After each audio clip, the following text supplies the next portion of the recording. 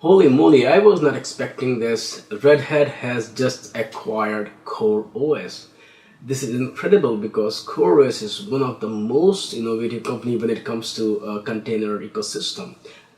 I have been meeting with CoreOS executives and co-founders Brandon Phillips and Alex Polvi ever since the company was founded, and it's like really amazing the kind of work they do. I just pushed an video interview for the news stack, and it's yet to be published. That interview was done during KubeCon, and where we talked about what is the secret sauce that CoreOS has that makes them so disruptive and innovative.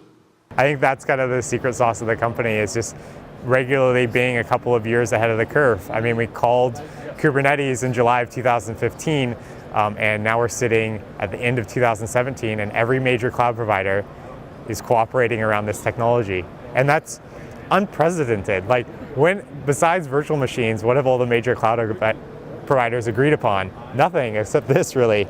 And so I think that really just goes back to us really working closely with a lot of the early pioneers and customers that are doing this stuff and thinking hard about what does it look like 2-3 years out for these customers and these users. And that's been our laser focus from the very beginning. Exactly, that's what they have been doing for the early days, and that's why CoreOS becomes a very important acquisition for Red Hat, because through CoreOS, Red Hat gets Tectonic, it's the first enterprise solution around Kubernetes. CoreOS, betted on Kubernetes way back in 2015, and today look around, everybody's using Kubernetes. The second product of CoreOS, which is not actually a product because you sell it, is ContainerOS. It was originally called CoreOS, the same name that the company had, but they renamed it last year, and now they call it ContainerOS.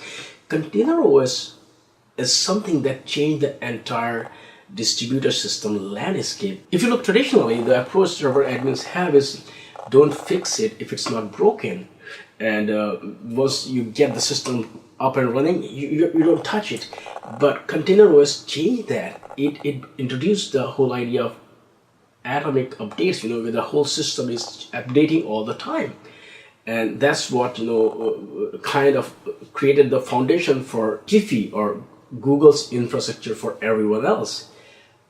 It's just very dynamic infrastructure, and it defies the conventional wisdom of don't touch it, because you are literally changing every piece in your server all the time. And that's actually the modern approach. More and more companies are now adopting that approach. Every Linux vendor, from Red Hat to SUSE to Canonical, they came out with their own distribution that follows the ContainerOS model. Red Hat has RHEL Atomic Host, SUSE is now working on CASP, and Canonical had Snappy Core Ubuntu. Then the other defining product that they have is Rocket, or RKT. Initially, CoreOS was working closely with Docker, the company, and the first version of CoreOS was kind of using Docker as a building block. But over a period of time, when they worked together, they realized some of the problems that Docker had back in those days, and once they did not manage to influence Docker community, then they created their own competing runtime engine, which is called Rocket, and that actually inspired and encouraged Docker to look into that direction. And later on, they implemented those changes, and then both Rocket and Docker's runtime was actually contributed to CNCF that owns Kubernetes project. So CoreOS has pushed a lot of envelopes around to make a lot of changes in the industry that were needed. So they are very, very innovative and very, very disruptive company, and it's kind of interesting that they are coming to work with Red Hat, which is one of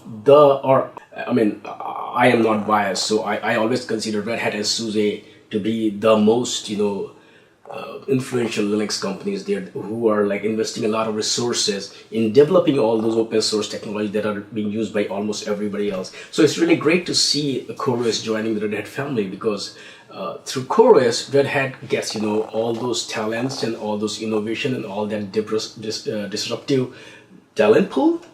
At the same time, CoreOS gets the stability, financial stability from Red Hat, access to the wide, Red Hat user base is massive.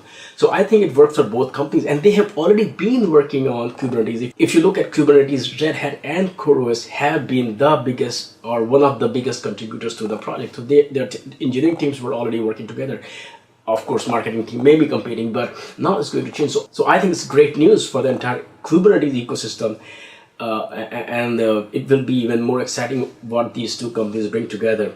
On the flip side, I used to travel and cover CoreOS Fest.